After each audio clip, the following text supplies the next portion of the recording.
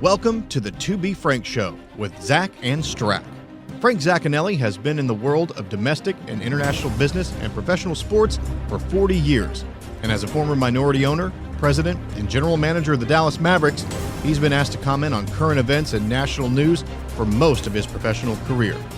Sarah Strackhouse has worked as a reporter, videographer, graphic designer, anchor, and producer at Fox News, CW, CBS, NBC, and Time Warner cable stations across the country for more than 12 years. And no matter where she landed, her search was for the truth. In a time where journalistic integrity has come to be questioned, people are looking for a place to find just the facts.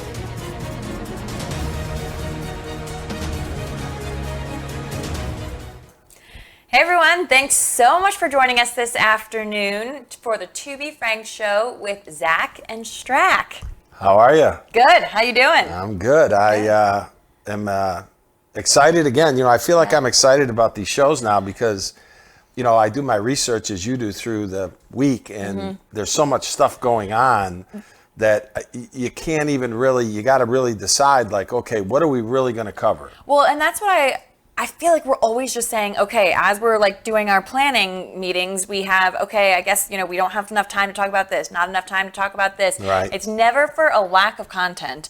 And as you're talking about research, it's so interesting, the different websites. If you go to Fox News versus CNN, MSNBC, ABC, Associated Press, the differences that you see. Well, I told some people, I said, it's like going to 4 different countries. That's not true. It's like going to 4 different planets. Yep.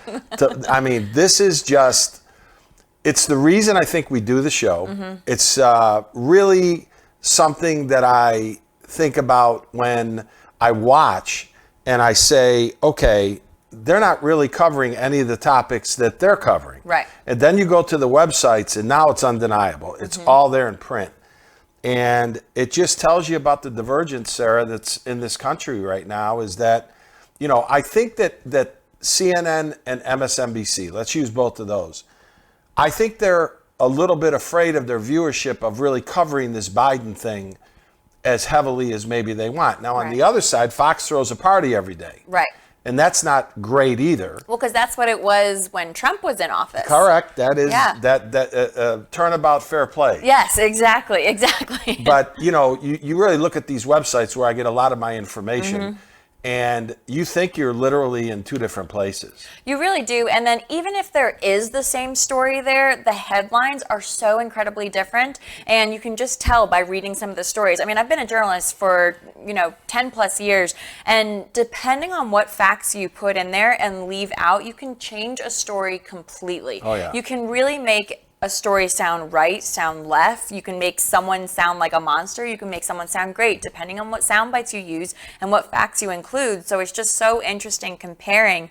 And I agree. That's why something like this show is so important for people, because a lot of people will only read what they want to read. They will only go to one site. Yeah, and for the viewing public here, what Sarah and I do with Holden is we try to figure out what would we be interested in hearing about? Because I think if you put that spin on it, you really get to a point that ultimately you can think about, okay, what would I want to hear? And how does it affect me? Yeah. And I'm excited for your Unplugged today. And I know we'll kind of get more into that, but how can it involve my everyday life, or how can it affect my everyday life? Yeah, and I would say that a lot of the issues that are today, I said on the last show, that when you talk about Afghanistan and you talk about the border, people are really sensitive to that, very sensitive, but it doesn't necessarily affect their lives. Right. The crisis at the ports and this whole supply chain issue, everyone is feeling that. Yep. I mean, even just in our family, we were talking about Christmas and planning, all of our stuff early because we know that everything's going to take longer and be more expensive. You got the tree up already? Oh, I have my tree up year round. You do? It's a bit of a thing. Do you really? Yeah. Oh, I do. I'll take a picture of it and bring it to Really? Oh, yeah. Oh, yeah. You're like my Aunt Mary. I know. Maybe we can get a FaceTime live on here, and I can show you where it is. That's not a bad idea, but I mean, it's a little wacky. It's a little much. Yeah. I mean, I don't always I take the Christmas ornaments down, but the tree is up year round. It has lights on it. Is it green? It's green. Okay, and it's obviously a fake tree. It's obviously a fake tree. Last year, we did get a real one, which was super exciting, but they're so expensive here compared to Northeast. So you left the other one up, and then you got a real one besides. Yes. Wow. Yeah. I love Christmas. That's Christmas Central. Yeah. I decorate in November. That's Christmas. Yeah. Well, it sounds like, yeah. all year round. Oh, yeah, right. All right. Well, let's get into the show. Let's go to live news, Sarah. All right.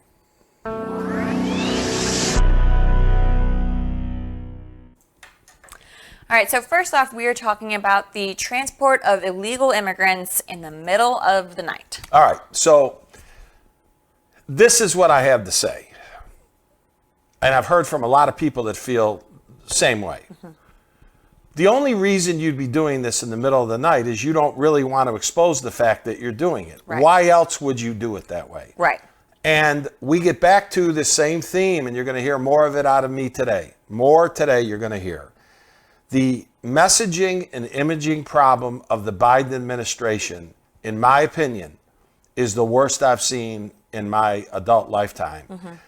Jen Psaki, who, again, I have said I feel terrible for her because she's the captain of the Titanic. She has to go out, try to explain all this.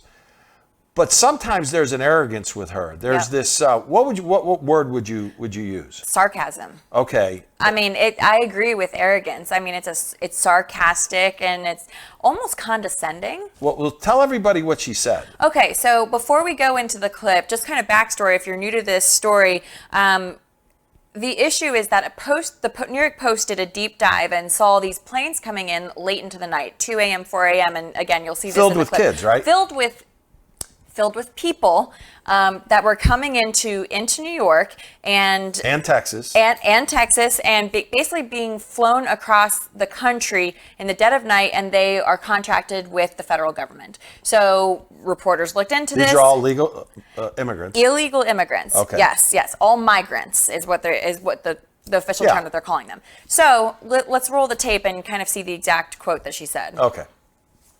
Why is the administration flying thousands of migrants from the border to Florida and New York in the middle of the night? Well, I'm not sure that it's in the middle of the night, but let me tell you what's happening here. It is our 4:29 a.m. Well, very early in the morning. Here we are talking pre-dawn. about early flights, earlier than you might like to take a flight. It is our legal responsibility to safely care for unaccompanied children until they can be swiftly unified with a parent or a vetted sponsor.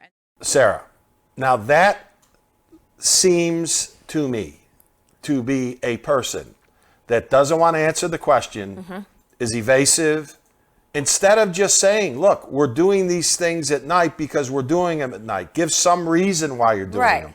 But they look guilty.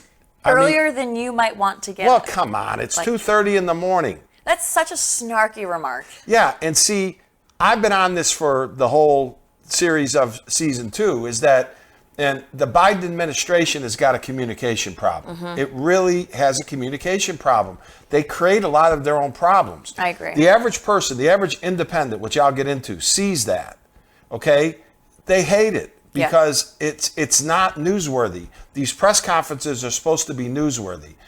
That was a legitimate question. They're supposed to be informative. She could have said something like, we're trying not to take airtime while commercial flights are going on, or these are the only times that we could contract it, or, we want people to be in, safety in the dead of night, or whatever reason it is, we're trying not to draw attraction to what's going on, or something. Like, she could have some sort of reason. And my thought is that she maybe got caught in a lie or got caught and didn't know how to prep it, but that's her job. Well, she knew the question had to be coming.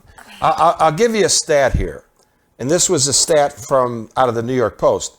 160 to 200,000 illegal immigrants have been released inside the United States since March. That's insane.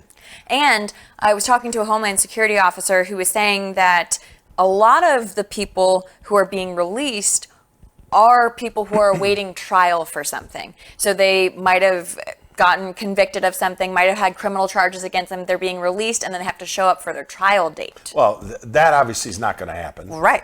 Yeah. So now there's just more people, and I know that there are a lot of refugees coming in trying to find safety, but there are also more people who are dangerous to our community being put out on the streets. For the record, I'm for immigration. It's what built our country. I am too. It just, we cannot sustain this. That's the whole issue.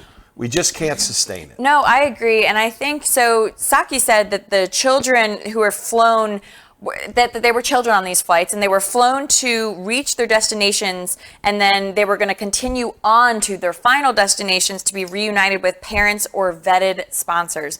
And the Post said in their article that, quote, some looked like they were 20-year-old men. And I don't know about you, but I don't really consider that a child.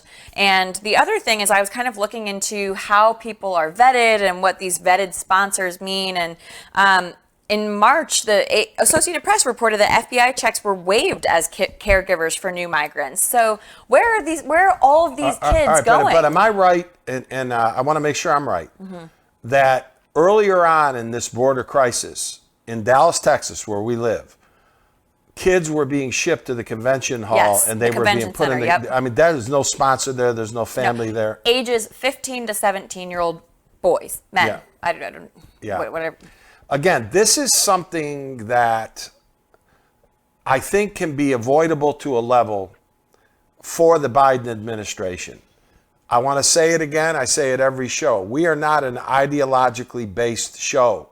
We're not trying to smash the Biden administration, but they are giving so much indication that, you know, that they just seem not to have their act together in certain things.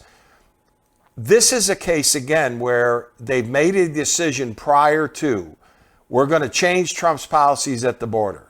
And they just drastically changed them, but it doesn't appear that there was a plan in place to figure out what that outcome might be. Interesting. Where have we seen that before? Well, that's my point. Yeah. And we're better than that. And anybody that thinks that, again, that's a good thing for our country, it's not a good thing for our country. You know, I know there are a lot of hardcore Republicans that are having a drink every night because the Biden administration is unraveling in a way. Their poll numbers, which I'm going to get into, are continuing to drop.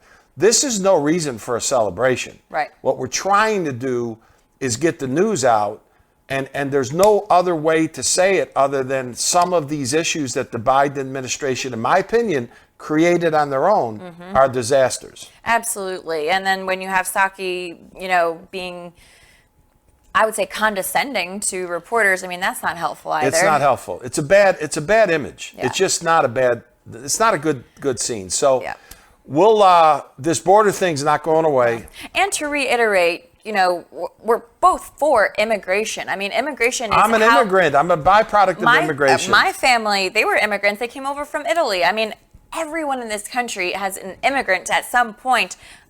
Other than the Native Americans. Well, sure, yes, Right. and the people who are indigenous here. Yeah. But I think that, I mean, we just have not clearly figured out the infrastructure to handle all of this. And the way we're handling it is by not being upfront and by not having actual plans in place. And to close on this, the scene here is the fact that the Vice President of the United States, Kamala Harris, was put in charge of this 6 months ago. No one's heard or seen from him. Missing in action. And the point is, that's a bad look. It's a bad scene. And if I was advising the Vice President, I would tell her, you know, we gotta handle this. At some point, we've got to get out and tell the story. The Biden administration does not tell the story very well. So keep an eye on it. All right, moving along, Southwest is scrapping their unpaid people who are not vaccinated going unpaid. So in December, they're dropping their plan to put their unvaxxed on unpaid leave, basically. Right. So cover that one. Yeah. So basically, Southwest and American are both federal contractors. So they are under the federal mandate of getting the vaccine besides the 100 employees. So the 100 employees, how that works is if you have a company and you have 100 employees or more, then your employees either have to get the vaccine or they have to show up with negative tests. For federal contractors, that is not the case. They have to have the vaccine. That is the mandate that's been put in place. So American and Southwest has come out and said that we are not going to fire or put employees who do not get the vaccine and are trying to get exemptions and are failed in getting exemptions, so they get denied for some reason. Those people, we are not putting them on unpaid leave. We are going to find out another situation for them. Well, these are Dallas-based companies. I've known through the years the hierarchy in both these companies. There's not even a question in my mind. You can comment to this. This is a decision based on solely they don't have the workforce to keep the planes in the air. And they're afraid if they follow these mandates, if they do it, they're going to be in a situation, Sarah, that is going to be untenable. Like this situation they had 2 or 3 weeks ago. They blamed it on weather. Yeah. The weather wasn't the problem. 1,800 flights canceled in one weekend. Weather wasn't the problem. No. So this gets back to the vaccine mandates. If the Biden administration needed another problem, they just have created another one. And again, I want to be candid about this. I'm vaccinated. I'm getting the booster. I believe everyone should get vaccinated. But these mandates are creating a problem in an economy. You know, the president was talking today at the Martin Luther King Memorial, and he was talking about jobs, and he was talking about prosperity, and he was talking about all these things. This mandate is a job killer. It's an absolute job killer. Yep. And what we're seeing out of Southwest, and I really want you to get into this in general, but what we're seeing out of them is we can't do this. Yep. We can't run our business and do this. You know, American even has a quote, and they were kind of in kind of the stories I was reading, and this is at CNBC, they were both talking about having the same issues. American said, quote, we, quote, need our entire team to run the airline in 2022 and beyond, and are not looking to reduce headcount. That is the thing, that they cannot reduce headcount and still keep people in the air right now. And exactly like what you're saying, so that people are allowed to apply for exemptions, and they have to apply basically by November 24th. So they have plenty of time to kind of figure out what they need to do. And then if they are not approved by December 8th, then they're supposed to go on unpaid leave. All right. But the airlines are not. All right. So saying now that. go to the testing side now. This is the key here, and I'm going to let Sarah cover this. If you don't mandate and furlough your employees, basically, you now have to test them. Well, if it's over 100 employees, is that correct? If they're not a federal contractor, if they're a federal contractor, they have to get the vaccine. Their employees have to be vaccinated. All right, so let me ask you a question then. So if Southwest is not going to enforce that, Yeah, then what's going to happen? that's a good question. Basically, they said that they will That's be an finding... interesting point. Okay, Because they will be finding accommodations. All right, that's an interesting point. I don't think I really caught that one. Yeah. So a federal contractor doesn't have a choice of testing. Correct. Okay. Only companies that have 100 employees or more have the choice of the vaccine As or long as testing. they're not federal contractors. Exactly. So, but think about it, like, you know, so many companies, I mean, defense companies. So what's Southwest going to do? So is Biden administration going to come and say you can't fly your planes? So that's a good question. So that is still up in the air right now, but they said that they're going to find accommodations. So I think a lot of that is going to have to do with people working from home, or people working, you know, remote, or being changed to a different location. Forget so the I don't border. know. Forget the border for right now. Forget Afghanistan for right now. Take a look at the supply chain problem. Why would you add another problem to our economy and to the workforce, knowing what you're facing there with these vaccine mandates? I think that you could strongly suggest, I think you could do all kinds of things that is smart to do if you're the administration, but mandating this thing. Yep. When's the mandate date? Do you know? Basically, it has to be, exemptions have to be approved by December 8th. Wow. Yeah. And you know what? And this is something I never do, or I don't often do, but in Biden's defense, I think that the administration, I think people probably believe they're genuinely doing the right thing. I think that they probably believe that they're trying to help people stay safer, and by getting the vaccine. Let's assume I'm one of those, but I don't think the mandate's the answer. Exactly. That's my point. Exactly. Let's assume that I'm one of those people. Right. That I think everyone should be vaccinated. We can get rid of this crap, which I'm going to get into a little bit. There's a new variant now. But I was going to say, there's a new variant. You can still be a carrier and transmissible even if you do have the vaccine. Yeah, and I'm going to go off on this new variant because it ties to all the things that bug me about this. Yep. But getting back to, in closing, the Biden administration is just creating a lot of problems on top of other problems that they don't need to create. That's my opinion. Constantly snowballing. Yeah. Okay. All right, we're looking at the border arrests. They are the highest in the country since 1986. All right, so let me get into this with just a few statistics, Sarah. U.S. authorities have detained more than 1.7 million migrants at the U.S. border since Joe Biden became president. We did not have this size problem in 2020, and we haven't had this size problem since, I believe, 1986. We really haven't had this size problem. My problem with all this is the same thing. I know I'm being repetitive, but it's the only answer and explanation, is that when Joe Biden and his administration got elected, and they were duly elected, we're not a show that is going to harp on the fact that they were not duly elected. All the Republicans, get over it. You know, if you want to go win the midterms in 2022, get the White House back in 24, your duly elected president decided that he was going to overturn every single Trump policy pretty much. And they went in, it would be like me again, going into a company, we buy a company and having all these preconceived ideas before I have one meeting, okay? Before I have one meeting, I've already decided I'm doing these 17 things. I'm ripping off 100 This Band-Aids. is one of them. The border is one of them. That if they didn't like the fact that they thought that Trump's policies, the keeping in Mexico plan, right? That he had Mexican soldiers on the border, 25,000 of them, I think. Yeah.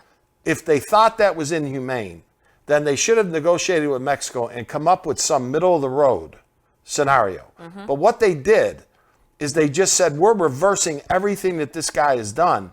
And I think that they've done that to their detriment, Sarah. I agree. And I think that he made all of these promises to the American people, and a lot of people, that's why they voted him into presidency.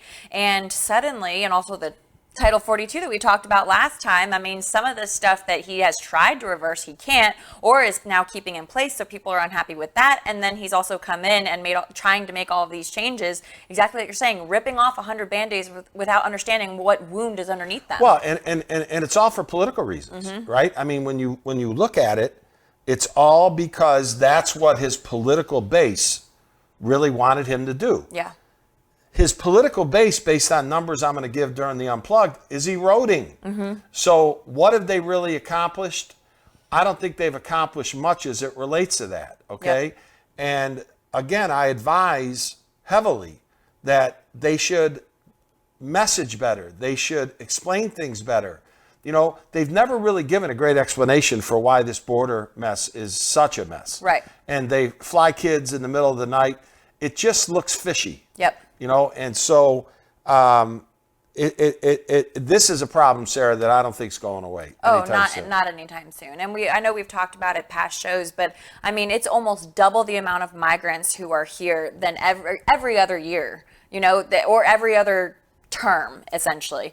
You know, we have more than 12,000 here that have come over the border right now. Normally it's 7,000 to 8,000. Yeah. I mean, that's something that I think we brought upon ourselves. The Biden administration brought upon themselves. Yes. And again, there was an argument to be made that Trump's policies weren't the most humane. So let's assume you took that route. You still can't be happy with what's going on today. Well, because he also, you know, their whole thing and children in cages. Well, that's still going on. It is. It's just people finally brought attention to it during the Trump era because they were finding any reason to nitpick on him. But it started with Obama. Yes, exactly. But can I tell you something? Barack Obama was not a bad president as it related to the border. You know, his policies were pretty hardcore about, look, you know, you got to be legal to get in and everything else. He never did the advertising that the Biden administration with Kamala Harris did come to the country. Well, and he was the one who even put in place, I'm trying to remember now what year it is, maybe 08, 09, that he was the one who actually put in place the travel ban or the travel restriction when it comes to some Middle East countries. And then when Trump got into office, you know, he continued that and re-signed that into fruition. Right. And, you know, people were hating on Trump for doing that. And Obama deported a lot of illegals too. So, you know, this is something that's unique to the Biden administration. Yeah. And again, they're either going to handle it, Sarah, or they're not. And my guess is not, and probably not with great communication. All right, moving on to the Delta variant plus. It is now a dominant, the Delta variant in general. AY 4.2. Yes, AY.4.2. 0.4.2. 0.4.2. I don't know. There's got to be Who some comes sort up of with these names? AF42 or something. I don't know. Is right. there some sort? I don't know what they're calling it now. But most people are calling it Delta Plus because the Delta, according to the BBC, the Delta variant has actually been the most dominant in the UK. But the Delta Plus is just now a new mutation of the virus, which happens, and they're still doing so much research on this. So are we going to get these variants forever? Forever. That's what, according to the health officials So our lifetimes, you longer than me, we're never going to get rid of this. I'm sure there's going to be we've already had the D variant, the Delta variant. There's going to be E, F, G, Q, R. There's going to be tons of variants, I think. They said it's very unlikely that it's going to take off in a big way, that it's going to necessarily kind of take over when it comes to the virus dominance. And they're always mutating, and so far they're saying it's not a higher transmissible level. All right. It's what they've understood so far. Here's my problem, and I've covered this on a prior show. If we really wanted to understand this virus better, does it not make common sense to everyone who's watching the show that we ought to try to really work hard to find out the origin of this damn thing? I mean, that is the most commonsensical thing I think I can say about this. It bugs me beyond belief that we still to this day don't know, did this happen in a lab? Was it funded by U.S. taxpayer money? Is it bats in a wet market? What is it? Yeah. I mean, and again, I'm not a scientist. I'm not a doctor. I'm just giving you common sense. Right. Does it make sense that if we knew the origin of this damn disease, call it what you want, virus, disease, this is terrible. 5 million people have died from this. Wouldn't we know a little bit more about this? Because everybody who talks about this, I think, is full of crap. They don't know what the hell they're talking about. Well, and I think that if we knew the origin, not only could we find out how it happened and find out what went wrong, but we could stop it from happening again. Because if it is bats, I'm sure there's going to be more animals at wet markets. If it was made in a lab, what's to stop it from happening again? Another virus to come out and, kill millions of people. And I do want to say a lot of people who did die, most of them had other underlying issues. But again, to kill that many people, it doesn't matter.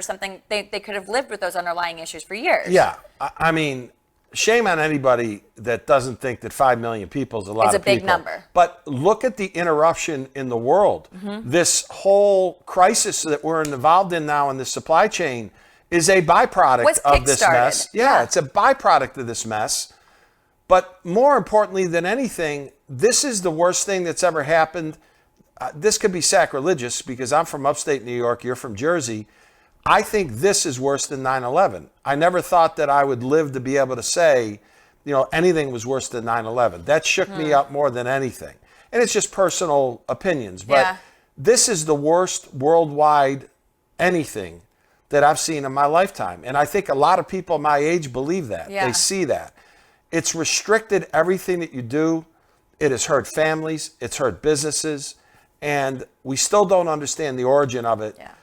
AY.4.2. 4.2. And I think I never assumed that I would live through a global pandemic. I think it's hard to compare to something like 9/11 because it's kind of it's comparing fruit to meat, or even more different than apples and oranges. But I think that it's just fruit to meat. Okay. Yeah, very different foods, right? Because apples to oranges is still in the fruit family, right? I think it's, so this one's worse. I think it's like a big steak versus like a little thing of grapes. I think it's just too different to kind of compare. But I think it shut the whole world down. And I think it shut the whole world down in such a way that no one was expecting, no one could have planned for. And like you said, there's, millions of deaths, hundreds of millions of deaths, which... Well, no. There's 5 million deaths. 5 million deaths, yeah. 5 million deaths. But there are... Hundreds of thousands of deaths here in America. Yes. And I think it's just going to continue to mutate. It's going to continue to be out there. It's not going away anytime soon. That's what the experts are saying. And unfortunately, it's something that we're going to have to live with. Right now, this AY.4.2 is just in the UK right now. That's what I That's read what I this was reading, morning. yes. So we'll see what happens there. We're going to really follow this Which is one. interesting to me. Why in the UK? Why this variant? I mean, I don't understand. I mean, I obviously do not understand exactly how viruses work, but I still do not understand how one mutation can just happen in one location. There has to be a reason, and it has to do with the origin. I don't know. I don't know. All right. Well, we'll stay on this. All right, moving along, we are talking about Nicholas Cruz. He's been charged, he's been found guilty on 34 counts of murder and attempted murder. Didn't he plead guilty? He pled guilty. Well, at first he pled not guilty, and most recently he pled guilty. Okay. So 17 counts of murder, 17 counts of attempted murder. All right, go ahead. You lead off. So Nicholas Cruz, as you probably have heard in the past, he was the shooter who was, again, found guilty on 17 attempts of murder, 17 counts of actual murder. He was a 23-year-old gunman. He was the shooting in 2018, February 14th, so Valentine's Day 2018, the shooting at Marjorie Stoneman Douglas High School in Florida, one of the worst that the country has ever seen. Shot students and faculty, came out with a machine gun. I mean, really just, he took an Uber there. Just a lot of weird facts about the story. He was eventually taken down by law enforcement and has been in jail and undergone different trials until finally this sentencing. And then basically the next steps now of this phase of this trial are he's going to be either minimum, he's going to have life in prison, maximum, he's going to have the death penalty. Prosecutors are trying to go for the death penalty. Well, his life is finished. I mean, oh, yeah. And it should be because he's a, what would you say, a detriment to society. Absolutely. Times 17 murdered. Yeah. And, we get into this thing. When you send your kids to school, the last thing that you think is they're going to get shot and be killed. Mm-hmm. I mean, it's the last thing that you think. But in today's world, it's got to be in the back of your mind. My kids are all grown now. But for you and other young people like yourself, when I went to school, we never really worried about any stuff like that. Mm-hmm. We had fights and there were all kinds of stuff. But, in today's world now, it's a whole different ballgame. Well, and I think that I think a lot of this comes with, surroundings and kind of being aware of your surroundings. Obviously, in a school, it's very different because if you're in a grocery store or you're an adult and you're going out shopping or you're doing your daily life, you're at a restaurant, you can be aware of your surroundings. You can look and you can, a shooter coming in, obviously you can't always you can't ever really plan for these things, but there's ways that you can protect yourself, ways to make sure that you are prepared, you're, mentally aware. In a school, it's so different. They're Right. children, there's children involved. And of course, I know the children are at restaurants with you. Maybe you're grocery shopping with your kid, but at a school, it's such a level of vulnerability that it's scary. And you mainly find, this is my opinion on this, and you can comment to this, that the shootings in the schools are normally done by other students. Yes, that's what I've seen. It's not just some random, Yeah, it's not some 30-year-old 50-year-old guy coming in. showing up. Yeah, exactly. It's usually from students, and it's usually high school age, and it's usually a male, and it's usually, there's all these statistics, and there's usually some sort of mental health history involved with the shooter if you look at the statistics. So it's sad to see, but I'm happy that these victims and their families are at least getting closure, because I don't think it's something they're ever going to get over. And I know he did apologize, and the victims actually did say, the families of the victims and those who were shot and lived did say that they accept the apology because it's part of their healing process. But I can't imagine ever truly forgiving, and I know that's what you should do. And well, we're going to get to this, but it's Gabby Petito times 17. Exactly. Those parents are never going to take solace, and we're going to get to the Petito thing, never going to take solace in the fact he's now dead. Right, Okay. right. But I don't know. I think the prosecutors are hoping for the death penalty. And Well, we'll keep an eye on it. yeah, we'll keep you posted. All right, time now for Double Take.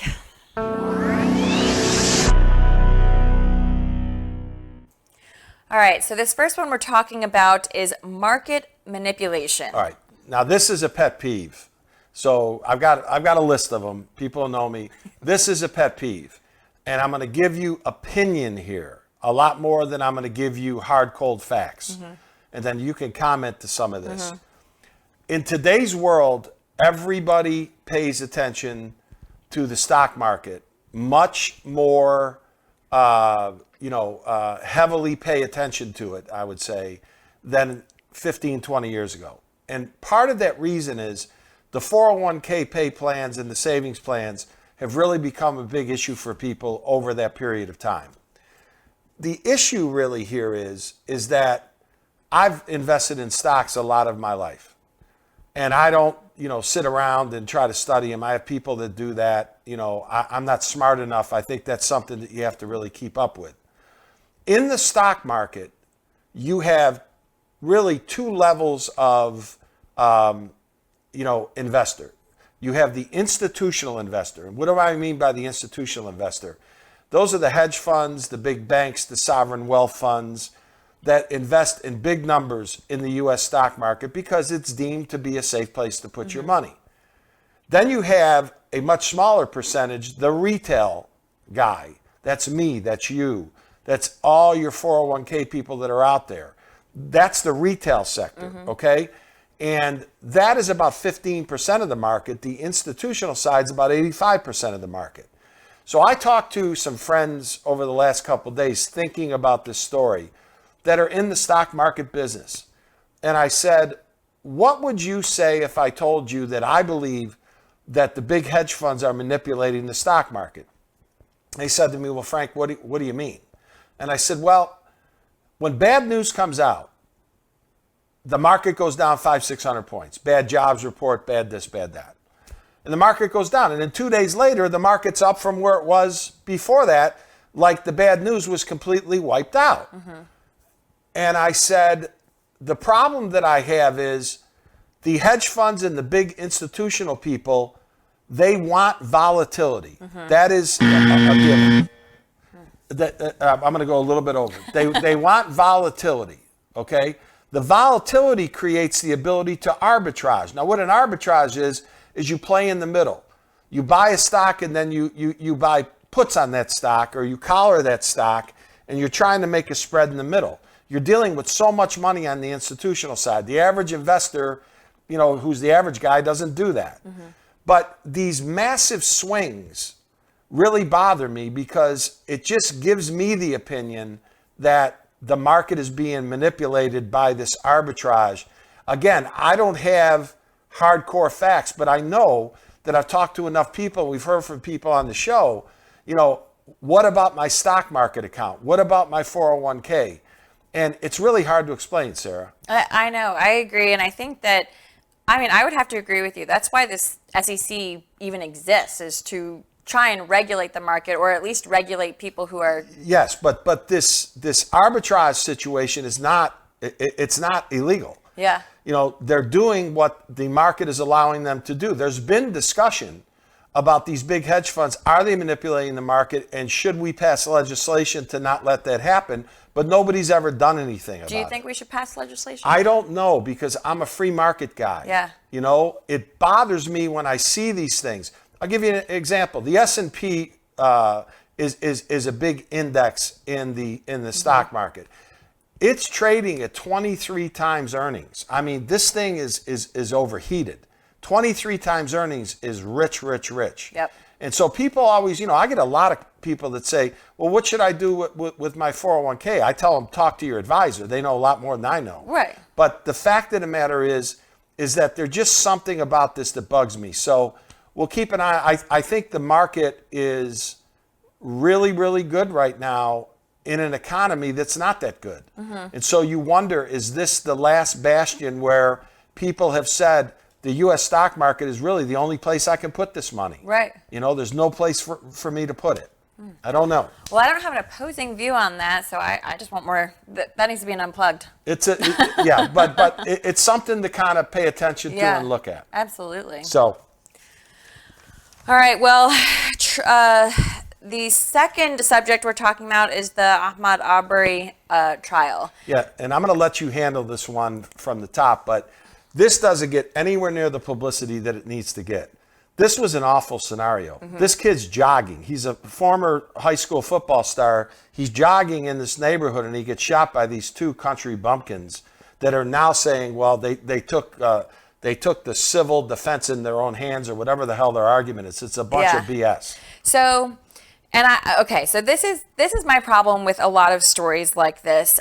And I'm not specifically talking about this story, but to me, a lot of people jump on the bandwagon before finding out all the facts. I mean, people did it with George Floyd, people did it with Breonna Taylor. I mean, people are hopping on and making snap judgments before the security camera footage comes out, before the police cam footage, before finding out that George Floyd had enough fentanyl in him to kill a horse. Like before, and I'm not defending. But did he deserve to be killed? Of course not. Okay. Of course not. And I'm not defending the police officer, but in that county, the knee on the neck is an appropriate action. Big problem. Which is a huge problem. And I'm not defending that police officer. He should. Jury didn't see it that way. Right. And I'm not defending that in any way, shape, or form. George Floyd should not have died. That should not have happened. And I'm not defending that, but people make snap decisions before all the information is out. Technically, Georgia is a stand your ground state, which means that if you, and I'm going to say this correctly here, you can use deadly force to defend yourself if your property or other people, if you believe it's necessary to prevent death, bodily injury, or a felony. Here's where that argument falls apart, in my opinion. Well, they said that the guy's jogging on the street. Well, they said that they saw him breaking into a home. No. They said he looked like someone that they thought was breaking into a home. And he resembled somebody. Again, now, do you know how racist that is? Let's start right there. Of course, of course. But I'm saying they believed him to be possibly committing a felony. So now they shoot him 3 times when the guy's unarmed? I'm not defending what they did, but I'm saying you have to understand that side of things too, because also the facts haven't all come out yet about this case. I mean, we're going to learn them in trial. You know, a lot of the footage doesn't come out in these cases until the very end. And again, these men made false statements. They have racist texts. And again, I'm not defending these men by any way, shape, or form. It took 2 months to arrest these people. Right. But I am just saying, in general, a lot of these cases, you have to wait to make snap judgments. I would say in general, but I think there's enough information out on this case. This is a terrible situation that a young kid jogging got shot 3 times. He's unarmed. He's not attacking you. Their argument is he looks like somebody that was breaking into homes. Right. That is not going to stand up. I agree. It's and 100% these 3 guys are going to be convicted. That's my prediction. I don't think there's any other way to look at it. I agree, and I agree that they should be convicted. But I just do want to say that other side of things. But again, this specific case, in my opinion, they should be convicted. And for the record, Mr. Aubrey had he was on 5 years of probation for carrying a weapon when he was younger. But at the time of his death, the autopsy, he had no drugs and no alcohol in his system. He was jogging. And he was unarmed. He was jogging. All right. All right. Well, moving on, we are talking about the Afghan task force. And the question here is, what should we be doing? Well, you're big on this one. So why don't you lead off? You're big on this one. Okay, so and I've spoken about this a number of times. I've spoken to a former Navy SEAL who was in Afghanistan, served his time in Afghanistan, and is here in America now, trying to help some of our allies and Americans come back over to America safely, or even just get out of the country safely. Right. So it's called Task Force Pineapple, because at the time, pineapple was what you had to say to know that you were in a safe area. So you had to literally go up to the trap door, the booby door. It was. Now I'm sure they change it like daily or whatever it is. But that's how they kind of got the name Pineapple Express, or that's how they started Task Force Pineapple. And it's a series of essential virtual help right now that they are reaching out to everyone they can, trying to work on their virtual network and get people somewhere safely out of the country. Is it your opinion that these military, ex-military, and these ex-government people who are doing unbelievable work are getting any help from the United States government? No. What are you finding out about that? No. They are doing it completely on their own. And that's not to say that the Biden administration isn't maybe doing something on their own, but these are completely separate from the Biden administration. They're not getting federal funding. They're not getting, federal help in a lot of these situations, because I know that there are multiple task forces, but I think it's completely on their own because they know what it was like to be over there. They know what it was like to serve their country, and they know what it's like to work with allies who promise that they will be taken care of after they help Americans, after they help they're their taught people. leave no one behind. Leave no one behind. Yeah, and here's my problem. It's real simple. This was a blunder beyond blunders. Mm-hmm. This is another self-created issue by the Biden administration, and the bottom line is that this really has got a lot to do with why he's not as popular in the United States. Perfect timing there. Look at us go. That's pretty good, huh? That is pretty good. Yeah, I was counting with my foot. Okay. Well, that's why then. All right. So now we're talking Brian Laundrie. Human remains. All right, I got a problem. Brian, human remains were found. No, they're his remains. I'm an astronaut going up on the next space shuttle. If this is not him. Yeah, okay. I mean, this is 100%. Let me go through a few statistics. This one really bothers me. Again, I got a lot that bothers me today. Murder because, bothers you. well, no, but it's the cover up by his parents. There's a lot of stuff. I'm just going to start on September the 1st.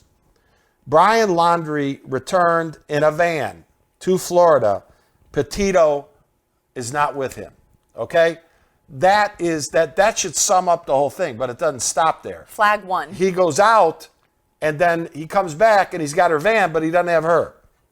And her credit card. On September the 4th, he buys a new cell phone.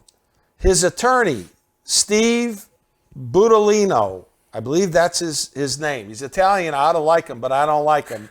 I think he's completely full of you-know-what. Disputes reports that it was so-called a burner phone. Now, they're using that term, a burner phone. Well, so in other words, he just wanted another cell phone just because he wanted one. On September the 6th to the September the 8th, this is unbelievable statistic. The Laundrie family goes camping. Randomly. They go camping. No Gabby Petito. It's got the van. They decide to go camping. After he just comes back from a camping trip for the summer. I mean, I can't believe that. Yeah. I mean, think about that, everybody. September 11th, Petito's mother reports her missing. Okay? The parents now have finally caught on. There's something really wrong here, man. This is bad news. Authorities then get her van. They take the van. They use the van to try to get as much information as they can get. On September 17th, the parents, Brian Laundrie's parents, claim he is now missing. On the 17th, they say that they haven't seen or spoken to him since September 14th, which this Butalino guy, I don't know if I'm saying his name properly, then says, no, it was actually a day before that. So they correct even the time. The buzzer's off, but here's the bottom line. This thing smells. It's terrible. And Sarah, this falls in the category again. By virtue of the fact that this guy's remains are now being found, and these are his remains, this doesn't help the Gabby Petito family. This doesn't bring closure to anything, does it? No, because in theory, there's no one to convict then. There's no one to hold responsible for it then. And I feel like everything in this case just keeps getting weirder. Well, I think that there is real cause for an investigation on did the parents aid and abet the situation after their son comes home by himself. I mean, how would they not know? Don't they ask, where's your girlfriend? You would think. Well, also, I have a question. Why did it take Petito's parents until September 11th to report her missing? Who knows what they were being told? Yeah. You know? Who knows what they're being told? Well, Right. she wanted to stay out there. We got in a fight and she found a new boyfriend. I mean, who knows? Right. Who knows? But I think that justice should be served here, and it should be served on the parents. I think that there needs to be, at a minimum, an investigation on the parents to find out what did they know and when did they know. Well, because also the parents were the ones who led law enforcement to the missing items. the whole thing. Yeah. It smells fishy. All right, our last subject, the National Guard and the supply chain. So we've talked a number of times about the supply chain issues that the country is seeing. We've talked about the ports being open. Frank, do you think, so the background here is that the government has not ruled out bringing in the National Guard. They're keeping everything on the table. Do you think the National Guard would be a viable option to helping the supply chain? It's an option. It's a better option than doing nothing. And to me, they should have discussed this option months ago. Yep. Can the National Guard help in the unloading of these ships? The answer is yes. Yeah.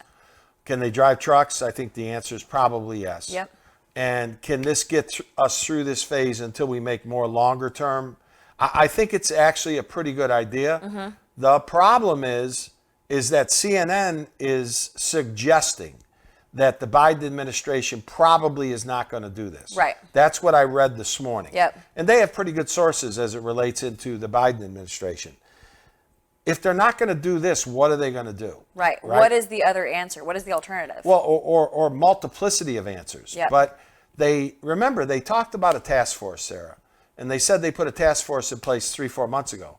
Could somebody hold a press conference and tell us what are the recommendations of the task force? Well, they haven't. It seems like they haven't really been doing anything with this task force. It was created months ago when the supply chain issue was already an issue, but it hadn't expanded this badly, and they haven't had any kind of action. They've repeatedly said that they're studying the situation and learning about the situation. Yeah. Well, it's time now to act. Well, and explain to the viewers, what the inflationary risks here are, and going to the store. I mean, you're in the store all the time. Yeah, so what you're running into is, and again, we talked a little bit about this yesterday, but the issue is that e-commerce went up when COVID hit.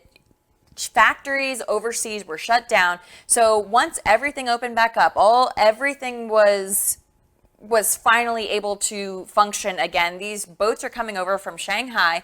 They're coming to the ports, and the ports are completely overwhelmed. And the issue is that the Biden administration brokered a deal to basically make these ports open 24/7. Which I thought was a good idea. Which in theory is a good idea, but I'll finish this thought real quick. But unfortunately, all of these ports, all of these warehouses have people who are union-based. And union-based workers, first off, they're going to make far more than the normal hourly wage. And they are going to be making time and a half overnight, and they're going to make bonuses overnight. And I'm not saying that that's a bad thing, but that costs money. So where does that money come from? It's going to come from the pocketbook of the consumer. So basically, anything you're doing, let's say you're unloading a bike and you're working on bikes, that bike is now going to cost $300 instead of $100 because they need to pay the wages of these people who are working overtime. Yeah. And it always gets passed on to the consumer. Exactly. And just because Biden brokered this deal does not mean that there's any federal funding going into it. No, I understand. And no, I don't think there should be. We got enough federal funding. Right. Our deficits are big enough. Right. But these warehouses, they're going to have to make money somehow. Yeah. So. All right. Another thing that we will have to follow. Time now for Frank Unplugged.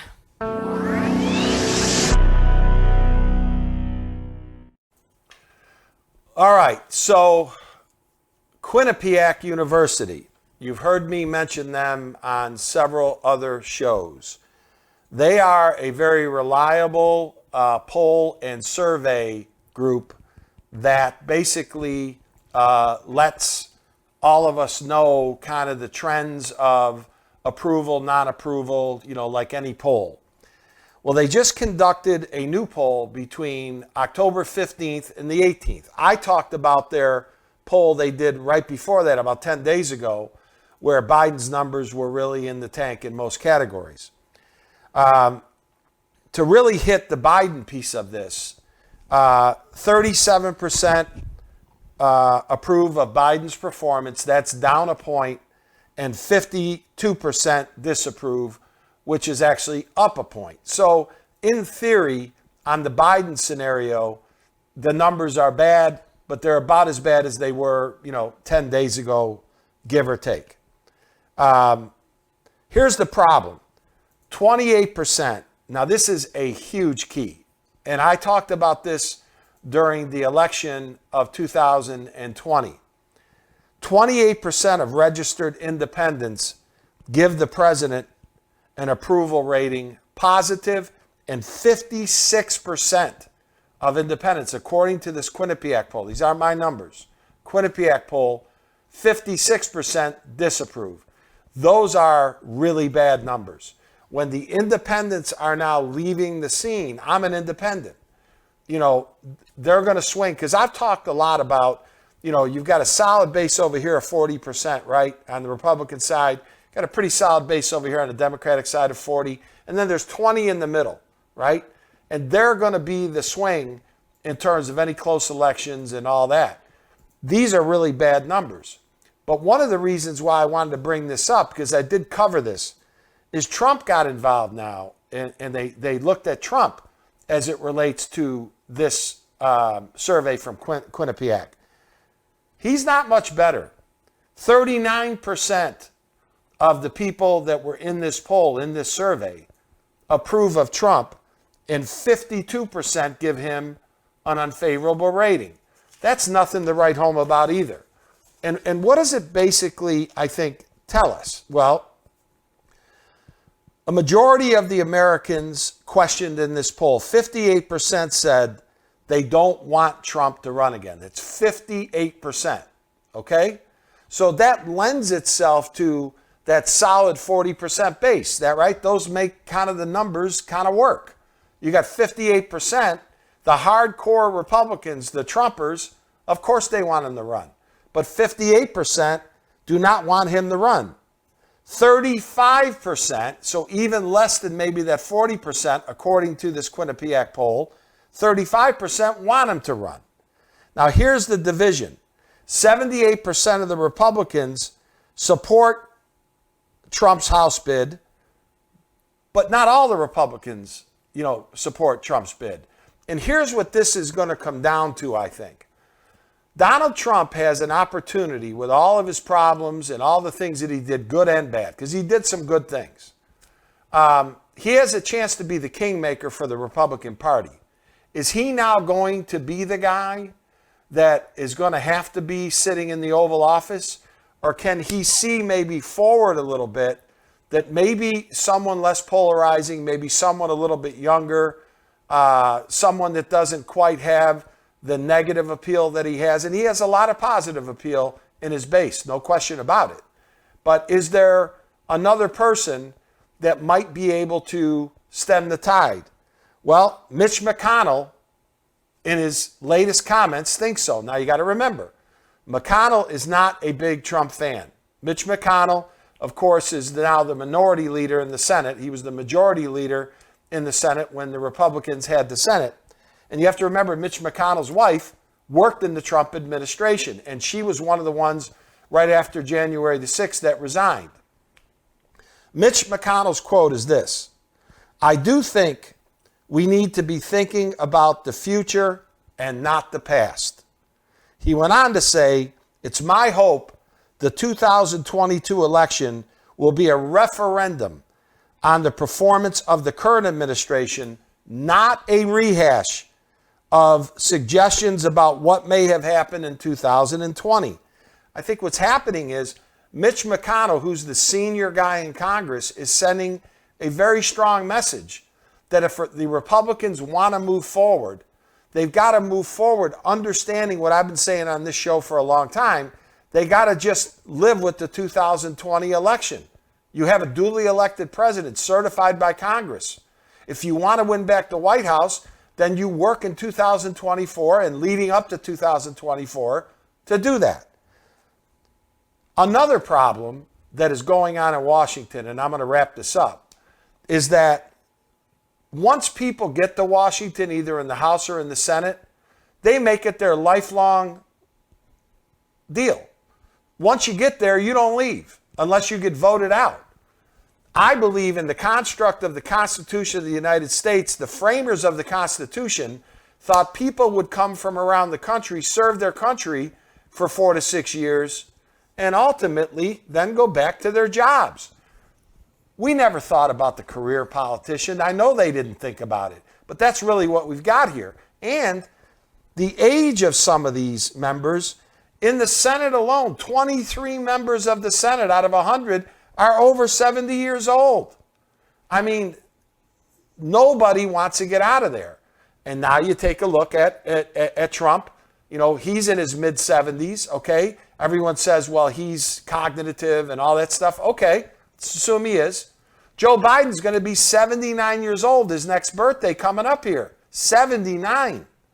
I mean, can we not find the best and the brightest in our country? We have to ask ourselves the question, why the best and the brightest in our country don't run for office anymore? Is it too much of a hassle? If they, went to the bathroom in the wrong place in high school, I'm not talking about like bad things. I'm not talking about raping girls and all this stuff that was alleged on the Supreme Court nominee. I'm not talking about any of the bad stuff, but I'm saying just basic stuff, okay? Why aren't younger people running for office? Why are we not electing younger people that have the energy and have the acumen to be able to do this? Well, I can't answer it, but, it seems like we're just spinning our wheels and we're not getting anything done.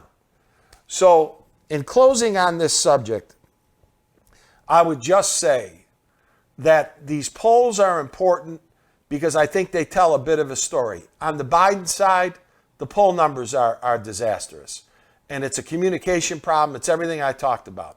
On the Trump side, it's indicating that this is not the right road for the Republicans in general to go down. And I know a lot of Trumpers watch this show, so I'm not saying that he should or should not run. I'm just giving you the basic information. So Sarah, this is somewhat of a complicated issue because, we're getting into real hardcore politics now. Mm-hmm.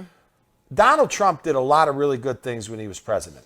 Okay, I've said that in my first shows. Mainly for the economy. And I thought he was good with China. I thought he was good with Mexico, the tariffs, a lot of things. Yeah. Bring jobs back to the United States. I thought a lot of it was good. Mm-hmm. But he's his own worst enemy. Mm-hmm. Now, you may not feel that way. A lot of people don't feel that way. But in my opinion, he's his own worst enemy because he can't keep his mouth shut. If they would have turned his Twitter account off 2 years before, he probably would be president today. But He can't help himself. And the question now is he going to be his own worst enemy as we start getting closer and closer now to 2024? Is it going to really be about him or is it really going to be about the country? And a lot of Trumpers think they're one and the same. So I don't think they're one and the same. But I do think this could go one of two ways. One, he's going to feel like he has so much to prove that it is going to be all about him. Two, he's going to say, well, I've already been in once. Now I'm just going in to truly just serve the country and not worry about re-election and me again. But I think that he seems like someone who's very set in his ways and he loves, getting the word out because he feels like the media kind of turned on him, which in my opinion, they did. They did. He wasn't able to ever really get anything out that he wanted to. Do you think some of that was his fault? Do you think that when you pound on the media every single day and fake news and this and that, okay, let's assume that even there's substance to that, which there was. But I mean, you're pounding on somebody day in and day out. What do you really expect their reaction is going to be? And I'm not sticking up for the liberal media. No.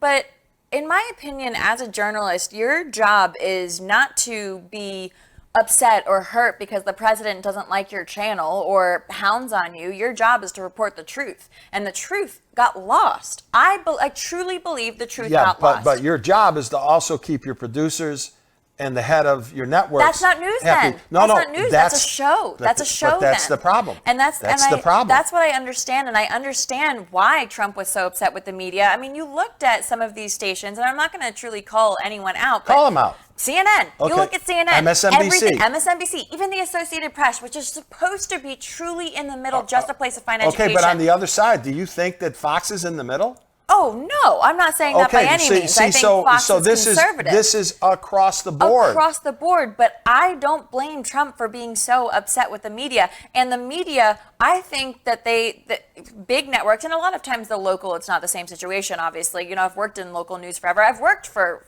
Fox News. I've worked for at corporate. But I believe that we did ourselves a disservice. Our networks did ourselves a disservice by not sticking to the facts and by maybe baiting into the Trump game. And maybe by Trump, hounding on them, they did decide to fight back, and they might have felt like they were doing justice, but they stopped reporting the facts along the way. And that's what is the most frustrating part. But I want to get into what you were talking about with the Unplugged. I mean, just how these career politicians, I believe if all these people are in their 70s and they're in the politics every day and they're in the thick of it, they're so out of touch with what the American people truly You want. had 20 choices on the Democratic side when they started the primaries. Yep. 21 maybe. Yeah. Okay? We ended up with Joe Biden. Right. We ended up with a guy that has clearly lost some of his fastball. I think that even the most liberal pundit would admit that. Yep. But anything opposed to Trump was their mantra. Right. And that's what people voted for. Yep. Trump lost a suburban housewife. He did. And, and I predicted on my shows last year that COVID was going to be his downfall. It's going to go away, and it's going to be this, and it didn't go away. Right. It's not going away. Right. And I predicted that would be one of his bigger downfalls. In terms of the career politician, it's a mess. Right. But we don't have the choices that, in my opinion, we need in order to make defined decisions about. I'd like to have an election where we're not voting against somebody and actually voting for somebody. Nobody is going to tell me that the independent vote, forget the hardcore Democrats, the independent vote didn't vote for Biden, which won the election because it was a vote against Trump. And I'd like to see an election where we're not voting against somebody, we're actually voting for somebody. We have so many great options. Well, but I think you're absolutely right. I mean, I think you hit the nail on the head that people who are the best and brightest of our country and really should be running for presidency don't want to deal with the hassle. I mean, if I were the best and brightest in the country, I sure wouldn't. I would not want that. I mean, the first off, you'd have to take your Christmas tree down because that would be a big. It would be very controversial. Well, if it came out, I know. They would think, okay, what's she doing? Yeah, please don't share that I have my Christmas tree up year round. All right, all right. Let's go to your headlines. All right.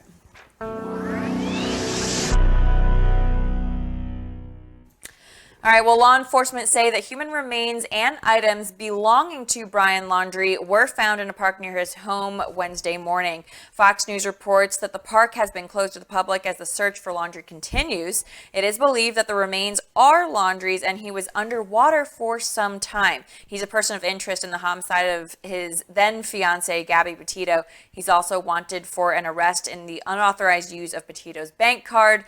It's an ongoing investigation as of right now. And Nicholas Cruz has pled guilty to 17 counts of murder, and 17 counts of attempted murder, according to CNN. The 23-year-old gunman charged with the deaths of students and faculty in the February 2018 shooting at Marjorie Stoneman Douglas High School faces a minimum of life in prison and a maximum of the death penalty, which will be decided in the next phase of the trial. The prosecution says they will be seeking the death penalty. And more companies are making decisions regarding the vaccine and federal, state, and city mandates. In-N-Out in San Francisco has said that they will not be asking patrons for proof of vaccination after a city mandate not allowing unvaccinated people to eat inside spread across the city. CBS reports that the one location, the only one in San Francisco, was temporarily shut down by the health department, or the Department of Public Health, October 14th. The chain's chief legal and business officer said it's, quote, unreasonable, invasive, and unsafe to force our restaurant associates to segregate customers. The restaurant has since opened without indoor dining. This comes after Delta and Southwest decided to not put employees on unpaid leave if they decide to not get the COVID-19 vaccine, and they have gone through the steps of the exemption. And the crisis continues on the border after the record number of arrests since 1986. According to CBP, more than 1.7 million migrants have been detained along the border this fiscal year. These numbers come as the White House confirmed they have been quietly flying illegal immigrant children from the border to New York around 2 and 4 in the morning. Zacc maintains that they were children, but the Post reports says that some of the migrants looked like they were men in their 20s. The Biden administration says that the children they flew were, quote, en route to their final destination to be reunited with their parents or vetted sponsor. So. Okay, well, this was a really good show, I thought, because I thought we got some debate. You know, our opinions count for us and we have a show, but the only opinion that really counts is your opinion, the viewer's opinion. What we're trying, I think, to do is cover this thing from all sides. You know, I said last show, we'll wrap up because this has gone a little bit over in terms of our show time. But, you know, all the talking heads, no matter what network that you're looking at, they're all there just to, you know, advance the ideology. And they're all paid by not only the network, but they're paid by their own personal businesses to be able to take those sides. How are you ever really going to get something that's in the middle? You know, I don't see how, and that's what's happened to journalism now. You're never going to get here. I think because there's too much human nature involved. I mean, and even as a reporter for years, you try to write down and you try to write your story and you're trying to not be biased, but human nature comes into play. It does. But again, you know, I think you have to be fair about it. Yeah. And the problem is, we get back to the opening, you get to these websites, you think you're on 4 different planets. So they're not objective, and it doesn't even seem like they're trying to be. all right, tell everybody how they get to our show. All right, so you can find us at the at To Be Frank Show.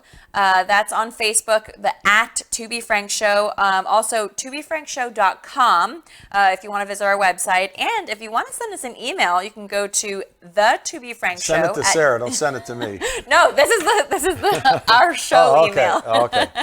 So that's the To Be Frank Show at gmail.com. Of course, we're 4 o'clock on Mondays and Thursdays, 4 o'clock Central Time. And you can also, of course, search for us on YouTube, To Be Frank Show. And then we are on all of your audio streaming platforms, Spotify, iTunes, iHeartRadio, Google Play. Anywhere you get your podcasts, we're there. Yeah. So that's Thursday's show. We'll see you again on Monday. Sarah, everybody, I hope has a good weekend. Yeah. Be safe, spend time with your family, and we'll see you on Monday. All right, sounds good. Bye, everyone.